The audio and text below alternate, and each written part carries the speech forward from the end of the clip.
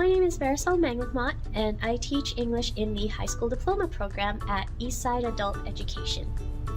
So the High School Diploma Program provides students a high school diploma after completing their A through G requirements.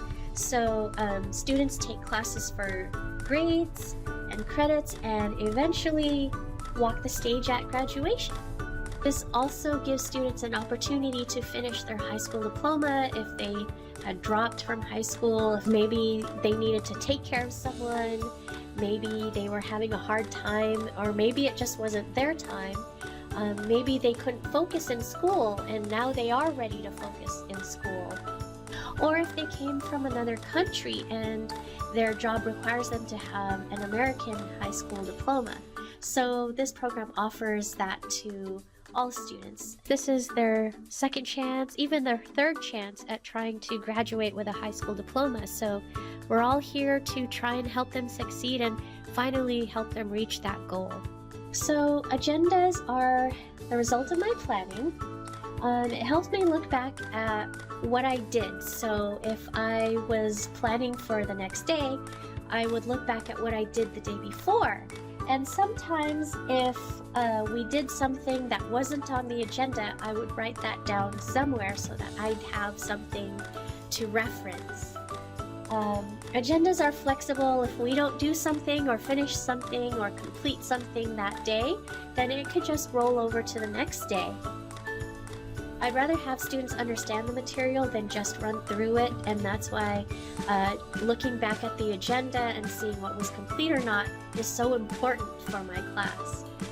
There's always some sort of structure. There's always a warm-up at the beginning of class, and then I'll have some sort of lecture, we'll have an activity, and then normally what teachers call as exit tickets, I call it a cool down, because we have a warm up, so it would make sense for me to bring it full circle and have it as a cool down. So I'd have a cool down, and it's the same thing as an exit ticket, where I ask the students to reference something that they learned that day. It could just be a simple question. It takes 5 minutes, and I tell the students that it's more for me to know if they understand the material, and if they don't, we'll reference it again the next day, and if they do, we can completely just move forward. And that's always a good thing for the students to think about it as giving me feedback on what we learned that day. So agendas are very important in guiding my lessons, because if I forget something, I could just look back at the agenda and say, that's what's next. Or I can look at my agenda and say that, okay, we're just going to change the agenda up a bit. And that's why it's important for the agenda to also be flexible, so that there is some natural learning present in class as well.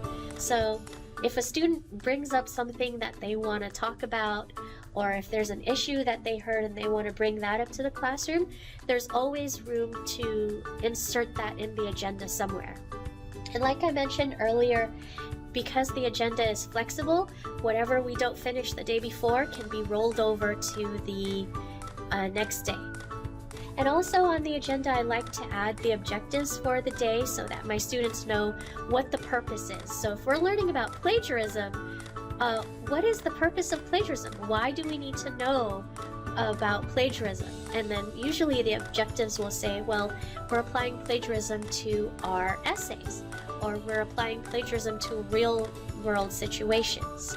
That way the students know that everything we're doing in class, there's a reason for it, and that's why they should pay attention or understand and learn the process and what we're learning. One way that I differentiate learning is to see what the students need. We do our work on computers, or mostly Chromebooks, and what I'll do is I'll ask if anyone needs a printout of the document online. So students who are more adept at writing on paper have the option of having it printed out, and then the students on the other hand who are more adept at using computers, or who prefer to type out their answers so they don't have to write it out, will have that option as well. Now, for the students that are used to just writing on paper and pen, and pencil, I like to encourage them to put their answers and type their answers up on that digital document so that they can practice typing.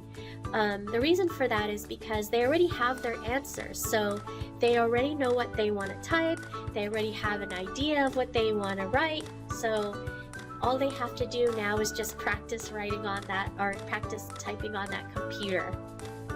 And I like for them to have that digital practice as well.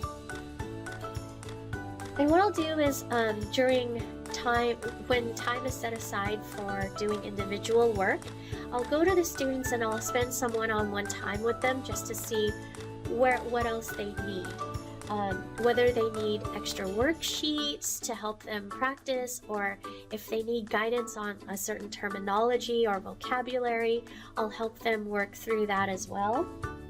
And another way that I differentiate working is by putting them into groups.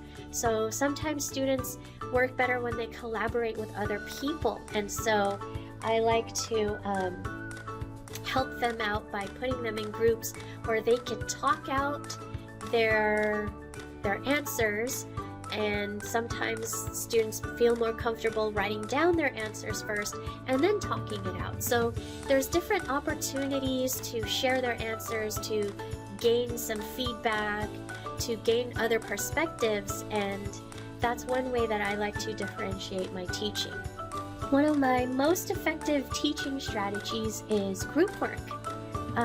It's not just me talking all the time, lecturing all the time, front-loading all the time.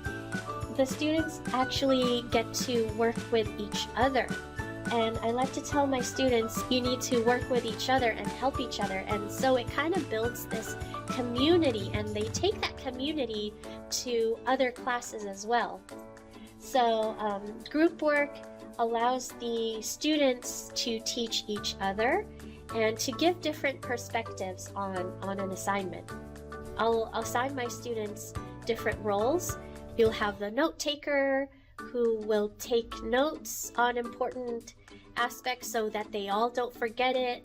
You'll have the presenter, someone who is able to speak really well, and you'll have the leader who will ask the teacher a question that the group has, so that it's not just everyone all coming to the teacher at once to ask the same question. You'll have the leader go to the teacher and ask that question for the group. That way the answer is more concise. And then you'll have the timekeeper who will tell the teacher, we need 5 more minutes. And so group work with different roles within that group tends to build on their strengths instead of their weaknesses, so that they each can confidently contribute to the group in their own way. So group work is actually building skills that they can use outside of the classrooms. No matter where you are, you're going to have to deal with someone, you're going to have to interact with someone. And so giving them a safe space like a classroom where you have respectful expectations builds up into and translates into real-world situations. Teaching in adult ed is just like working in a team. You have admin, you have fellow teachers, you have groundskeepers, you have tech support, and most importantly, you have the students. So all of these team members together work together to reach the ultimate goal, which is to see our students succeed.